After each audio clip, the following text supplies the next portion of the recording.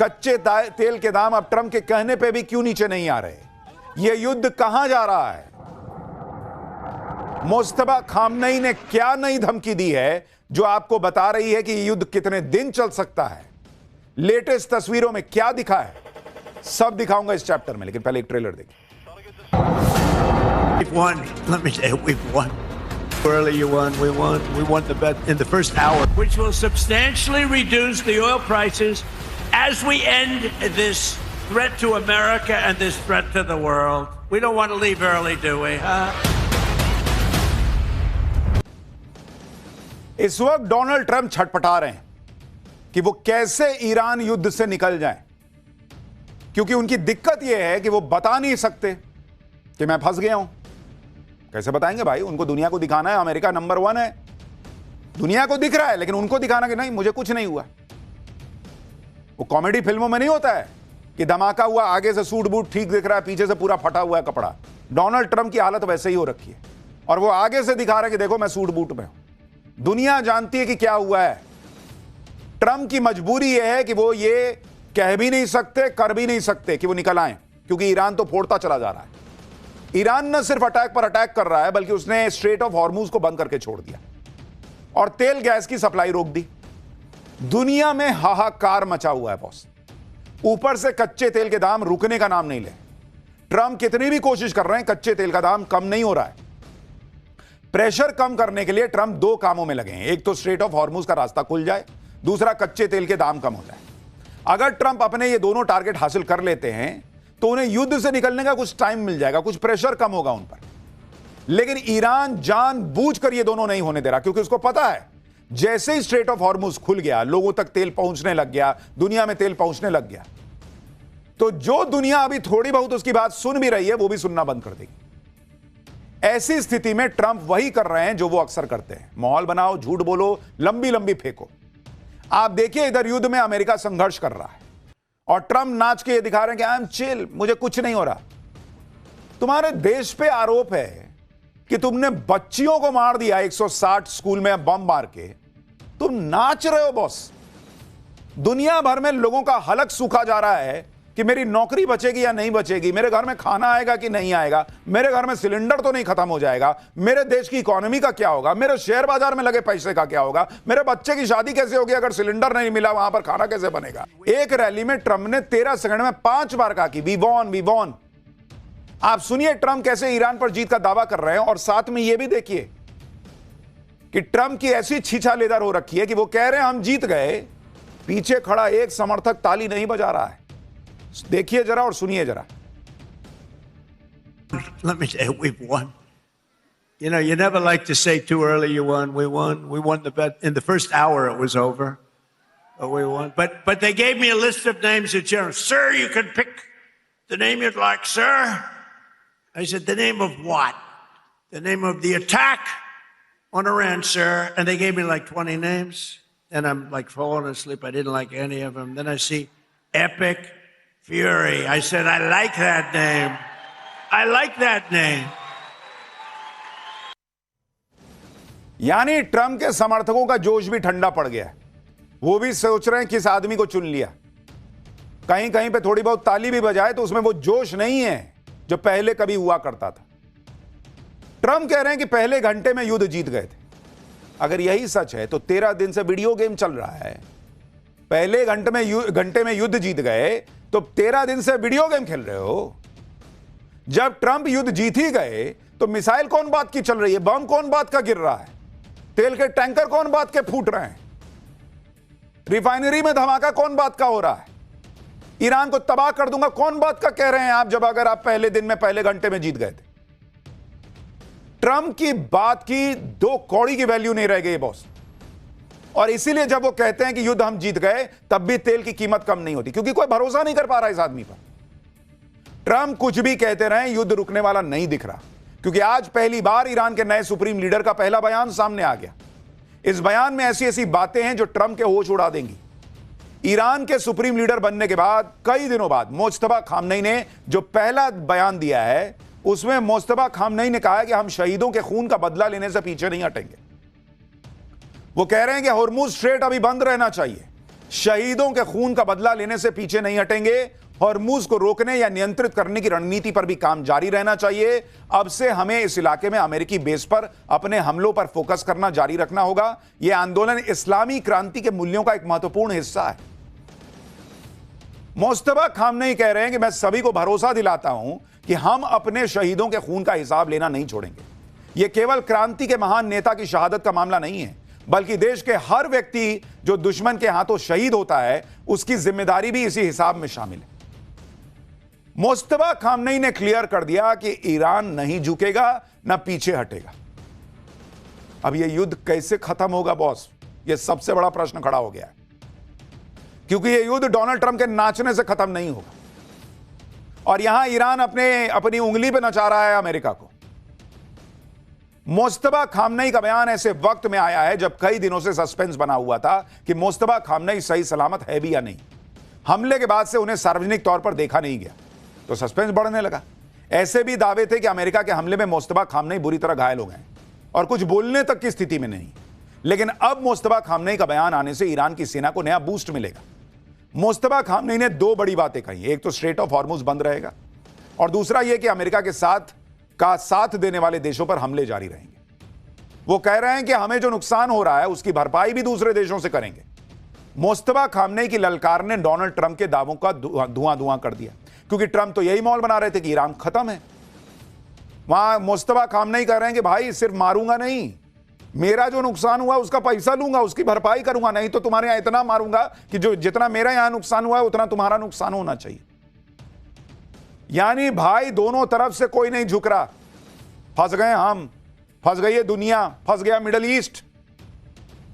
यहां तो मुस्तफा खामनेई और ईरान के अलग ही प्लान चल रहे हैं। मुस्तफा खामनेई का बयान कोई भी सुनेगा तो यही कहेगा कि युद्ध रुकने वाला लग नहीं रहा, क्योंकि वो भयंकर बदला लेने की कसम खाकर बैठे हैं। मुस्तफा खामनेई के बारे में यह भी ध्यान रखिए कि इसी युद्ध में मुस्तफा अपने पिता, पत्नी, बहन सब गवा चुके बॉस। यानी मुस्तफा के पास खोने को कुछ नहीं है और अब मुस्तफा खामनेई बदले की आग में धधक रहे हैं।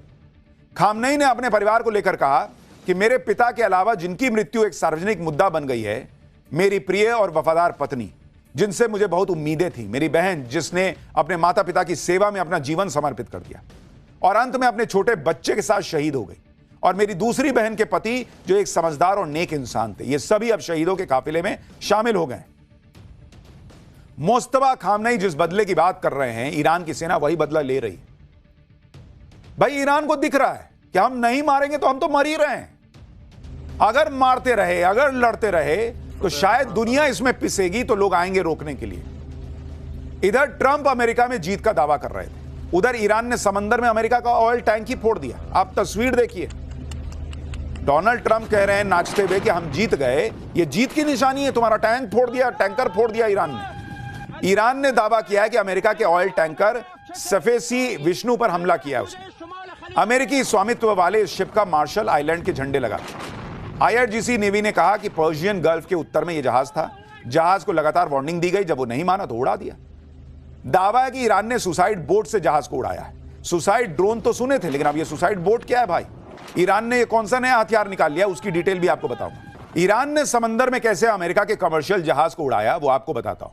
ईरान ने कामिकाज़े बोट से हमला किया, इसे सुसाइड बोट कहा जाता है। इस बोट पर बारूद लदा होता है और यह ऑटोमेटेड नाव है। जैसे ड्रोन को आप उड़ाकर फोड़ देते हैं किसी को, वैसे ही इसे भी टारगेट की तरफ छोड़ दिया। नाव चला जा रहा, जाकर टकराया, फट गया। ईरान अपने नए हथियारों से चौंका रहा है, कभी सुसाइड ड्रोन, कभी सुसाइड बोट, कभी बारूदी सुरंगें। ईरान लगातार अपनी ताकत दिखा रहा है, हर दिन नए नए हथियारों के वीडियो जारी कर दे रहा है। ईरान बता रहा है कि वो कैसे अपने दुश्मनों पर ड्रोन से हमले कर रहा है, मिसाइल से हमला कर रहा है। इस हमले की टाइमिंग बहुत इंपॉर्टेंट है, क्योंकि अमेरिका पूरा जोर लगा रहा है कि किसी तरह स्ट्रेट ऑफ हॉर्मुज को खोल दिया जाए। लेकिन ईरान समंदर में जहाज उड़ाकर मैसेज दे रहा है कि स्ट्रेट ऑफ हॉर्मुज से कोई समझौता नहीं होगा, वो नहीं खुलेगा, जो आएगा उसको मार देंगे। ईरान ने धमकी दी है कि पर्शियन गल्फ और स्ट्रेट ऑफ हॉर्मुज में जो जहाज है वो रिस्क लेने की गलती ना करें।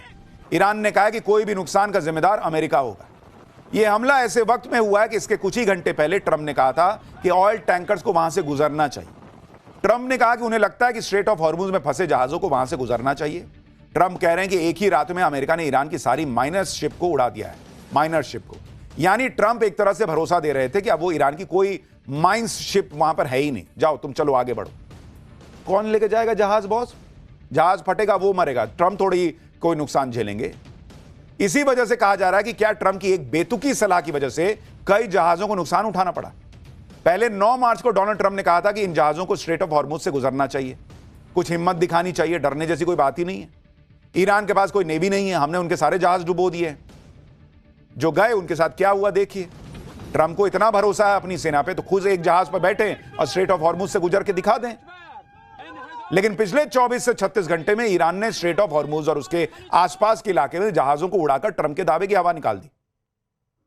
ट्रंप तो कह रहे हैं कि ईरान की नेवी खत्म हो गई, तो फिर ये हमले कैसे हो रहे हैं? यही वजह है कि हम कह रहे हैं कि आज की तारीख में ट्रंप की बात पे कोई ढेले भर का भरोसा नहीं कर रहा। ट्रंप तो यह भी कह रहे हैं कि अगर स्ट्रेट ऑफ हॉर्मुज से तेल की आपूर्ति पर ईरान रोक लगाता है तो 20 गुना ज्यादा ताकत से हमला करेंगे। ईरान पैरों पर खड़ा नहीं हो पाएगा। लेकिन ईरान तो ट्रंप की धमकियों का लोड ही नहीं ले रहा। ट्रंप इस गलतफहमी में थे कि अमेरिका ने तो ईरान की माइन शिप को उड़ा दिया, अब तो कोई खतरा नहीं है। लेकिन ईरान ने पिछले 2 दिन में 6 शिप पर हमला करके बता दिया कि ईरान की नेवी की ताकत अभी खत्म नहीं हुई। दावा है कि पिछले 24 घंटे में ईरान ने 4 टेरिटोरियल वाटर्स में 5 हमले किए हैं। दावा है कि युद्ध शुरू होने से लेकर अब तक 19 कमर्शियल जहाजों को निशाना बनाया जा चुका है। और ईरान यह जानबूझ के कर रहा है, वो जानबूझ के तेल को निशाना बना रहा है ताकि दुनिया को इसकी आग जो है महसूस हो। और इसलिए ट्रंप ने स्ट्रेट ऑफ हॉर्मुज को अपने कब्जे में लेने की धमकी दी। ट्रंप ने मंगलवार को कहा कि वो स्ट्रेट ऑफ हॉर्मुज को अपने कंट्रोल में लेने पर विचार कर रहे हैं। लेकिन क्या अमेरिका के लिए स्ट्रेट ऑफ हॉर्मुज पर कब्जा करना इतना आसान है क्या? आज आपको यह भी बताता हूं। देखिए, स्ट्रेट ऑफ हॉर्मुज की चौड़ाई मात्र 33 किलोमीटर है। इतने पतले पैसेज को ईरान कई तरह से कंट्रोल करता है। हॉर्मुज रूट पर माइंस बिछाकर, फास्ट अटैकिंग बोट्स के जरिए, एंटी शिप मिसाइल से, सबमरीन और ड्रोन के जरिए। यानी इस पूरे इलाके में अमेरिका अपनी तगड़ी नेवी भी लेकर घुस सकता है, लेकिन उसे जंगी बेड़ों को नुकसान होने का बड़ा रिस्क होगा।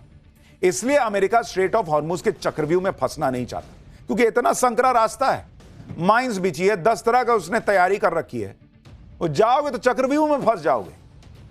आप यह भी देखिए कि समंदर में ईरान और अमेरिका की इस लड़ाई में कैसे भारतीयों की जान मुश्किल में फंस गई। अमेरिका के जिस शिप को ईरान ने उड़ाया उसमें एक भारतीय क्रू मेंबर की मौत हो गई है। दावा है कि इन जहाजों पर जो क्रू होता है उसमें 15% भारतीय होते हैं। यानी ईरान किसी भी जहाज को टारगेट करेगा तो भारतीयों को भी खतरा है। भारतीय की मौत पर विदेश मंत्रालय ने दुख जताया है। भारत ने अपील की है कि कमर्शियल शिप को टारगेट मत करो बॉस। स्ट्रेट ऑफ हॉर्मुज में करीब 150 जहाज फंसे हुए, जिस वजह से गैस और कच्चे तेल की कमी हो गई। और इस कमी को पूरा करने के लिए अब ऑयल रिजर्व का इस्तेमाल किया जा रहा है ताकि तेल के दाम कम हो जाए। इंटरनेशनल एनर्जी एजेंसी यानी IEA का 400 मिलियन बैरल रिजर्व के इस्तेमाल को मंजूरी देना एक बड़ी घटना है। IEA यानी इंटरनेशनल एनर्जी एजेंसी कह रही है कि इस युद्ध की वजह से ग्लोबल ऑयल मार्केट की सप्लाई में इतिहास में सबसे बड़ी रुकावट आ रही है। इससे पहले साल 2022 में जब रूस ने यूक्रेन पर हमला किया था तो 182 मिलियन बैरल ऑयल रिजर्व जारी किया गया था। दूसरी तरफ अमेरिका भी 172 मिलियन बैरल ऑयल रिजर्व का इस्तेमाल करेगा। जब मार्केट में यह खबर आई कि तब ब्रेंट क्रूड ऑयल $90 प्रति बैरल पर था। एक्सपर्ट्स ने कहा कि इस रिकॉर्ड रिजर्व से मार्केट में पैनिक कम होगा। जो रिजर्व इस्तेमाल किया जाएगा वो कच्चे तेल के 4 दिन के कुल ग्लोबल प्रोडक्शन के बराबर है। यह रिजर्व गल्फ से गुजरने वाले क्रूड के 16 दिन को कवर कर सकता है। यानी अगले 2 हफ्ते के लिए कुछ राहत मिल सकती है। ट्रंप भी दावा कर रहे हैं कि अब तो तेल के दाम कम हो जाएंगे, लेकिन हो क्या रहा है वो आपको आगे बताऊंगा, पहले सुनिए उनको। Which will substantially reduce the oil prices as we end this threat to America and this threat to the world. We don't want to leave early, do we? We got to finish the job, right? Over the past 11 days, our military has virtually destroyed Iran. It's a tough country. Oil reserve जारी होने का फैसला हो गया, Trump ने भी ऐलान कर दिया। लेकिन ऐसा लग रहा है कि अब ट्रंप के शब्दों की कोई कीमत ही नहीं रह गई, क्योंकि तेल के दाम कम नहीं हुए। आज कच्चे तेल के दाम $100 के पार चले गए बॉस। यानी डोनाल्ड ट्रंप पे मार्केट को भी भरोसा नहीं रह गया है, और मार्केट को भी लग रहा है कि युद्ध जल्दी खत्म नहीं होगा। इसलिए कच्चे तेल की कीमत जो घट के 90 पर आई थी वो फिर 100 के पार चली गई है। स्ट्रेट ऑफ हॉर्मुज में सिर्फ 12 दिनों की बंदी से पूरी दुनिया तेल के लिए बाप बाप कर रही है, और इसका असर अमेरिका पर भी पड़ रहा है। ज्यादातर पोल्स में अमेरिकी जनता युद्ध को नकार रही है, युद्ध के बीच ट्रंप की रेटिंग लगातार गिर रही है। कल ही एक और रेटिंग आई है, उसमें ट्रंप की रेटिंग और गिर गई है। और शायद यही वजह है कि ट्रंप अपने युद्ध के फैसले को जस्टिफाई करने के लिए अब नई नई थ्योरी लेकर आ रहे हैं। अभी कुछ देर पहले उनका एक नया बयान आया है। ट्रंप अब युद्ध से अमेरिका को फायदे गिनवा रहे हैं ताकि उनके खिलाफ जो सेंटीमेंट बन रहा है उसे कम किया जा सके।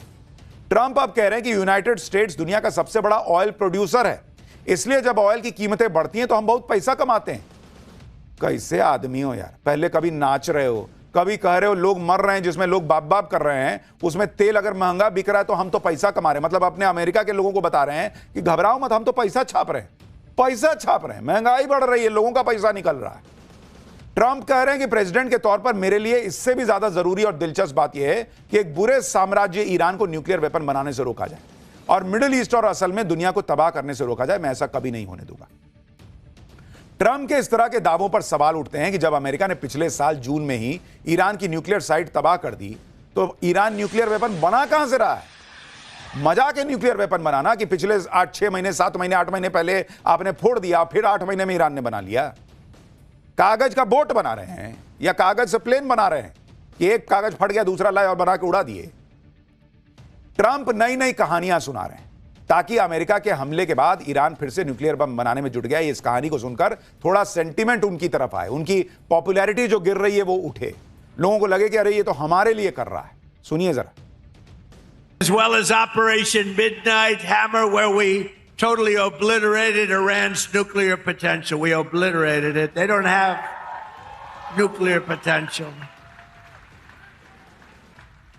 And then after Midnight Hammer, and then we left, we figured that'll be the end of them for a while. But they started again. That's why we got to finish it, right? We don't want to go back every 2 years. And that's because, there'll be some day when you don't have me as president. Donald Trump कह रहे हैं कि एक दिन ऐसा भी होगा जब आपके पास मेरे जैसा राष्ट्रपति नहीं होगा। भाई दुनिया में ना लोग जाके हनुमान जी के मंदिर में लड्डू चढ़ाएंगे अगर तुम्हारे जैसा राष्ट्रपति ना हो। लड्डू चढ़ाएंगे, मैं तुम्हें बता रहा हूं, क्योंकि हमारे संकट मोचक वही हैं हनुमान जी। अगर आपके जैसा राष्ट्रपति दुनिया में नहीं होगा तो इसका मतलब हम संकट से बच जाएंगे, ऐसी स्थिति कर दी है आपने। ट्रंप युद्ध में इस तरह फंस गए हैं कि अलबलाई हुई बातें कर रहे हैं और उनकी बातों में इतना विरोधाभास है कि कोई उन पर भरोसा नहीं कर सकता। अमेरिका की हालत देखकर कई लोग डोनाल्ड ट्रंप और पीएम मोदी के युद्ध की तुलना कर रहे हैं। पीएम मोदी ने, आप याद कीजिए बॉस, जब पाकिस्तान पर अटैक किया तो उस हमले का मकसद क्लियर था, कब युद्ध खत्म करना है यह भी क्लियर था, कोई कंफ्यूजन नहीं कि हम किसको मारने के लिए उतरे हैं।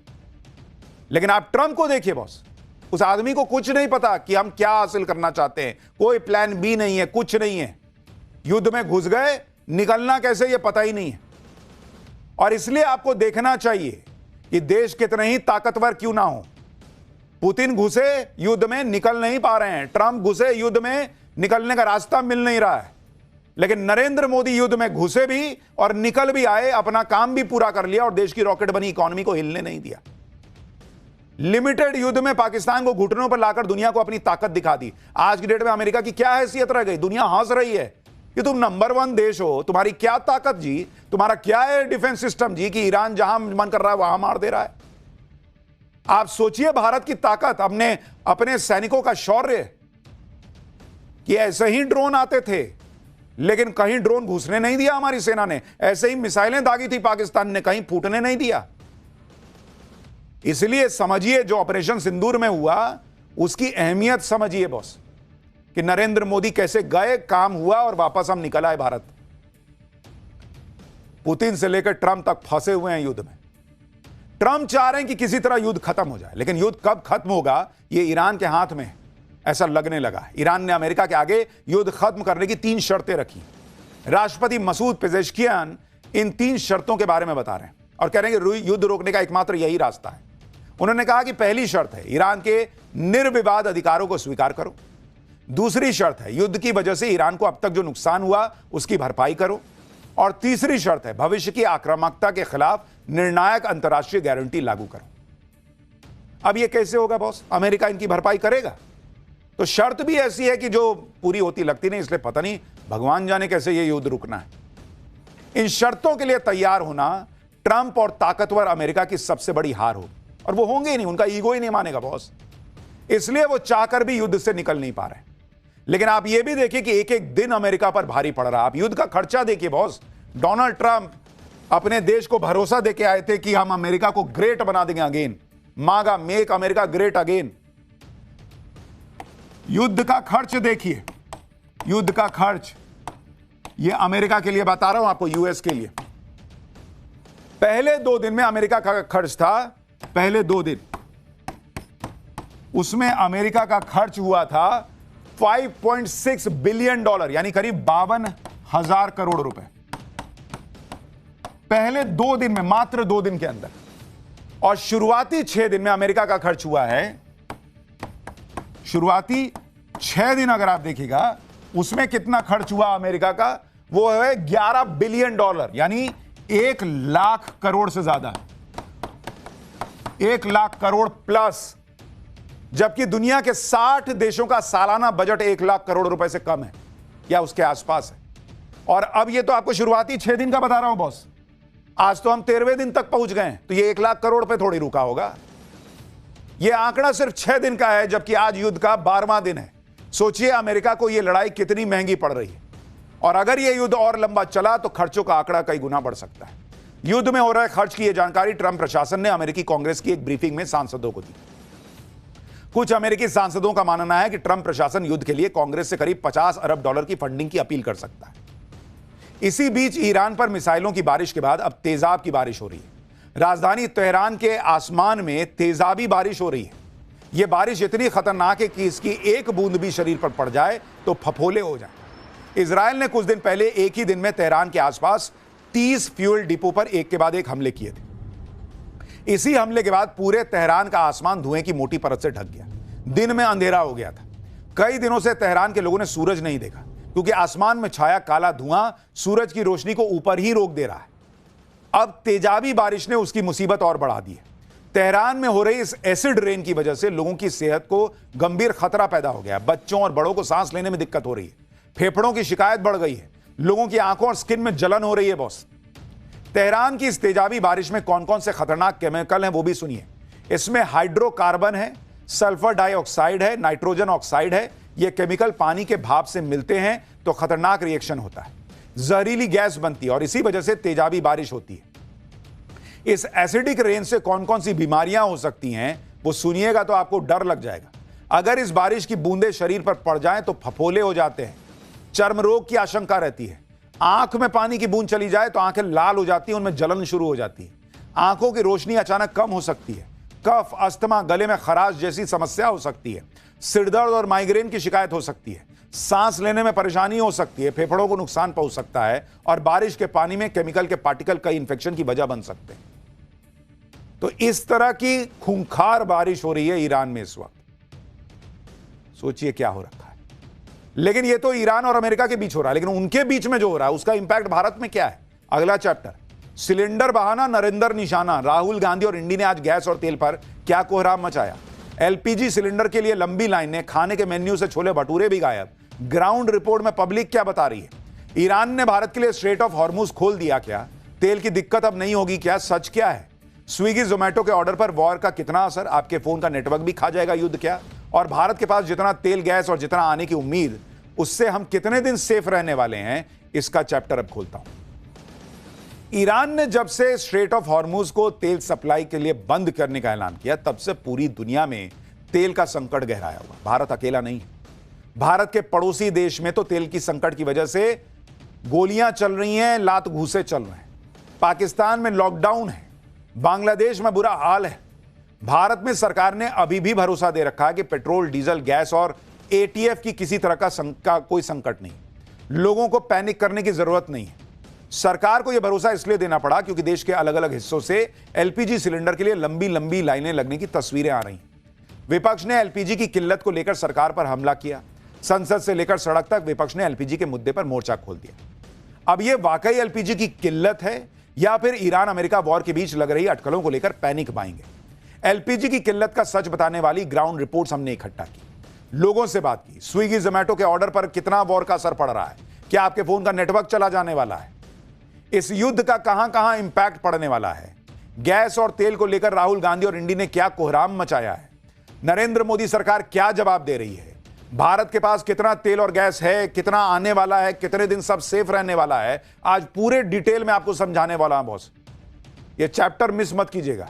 लेकिन पहले जो देश में पॉलिटिक्स हो रही है उसकी एक झलक देखिए।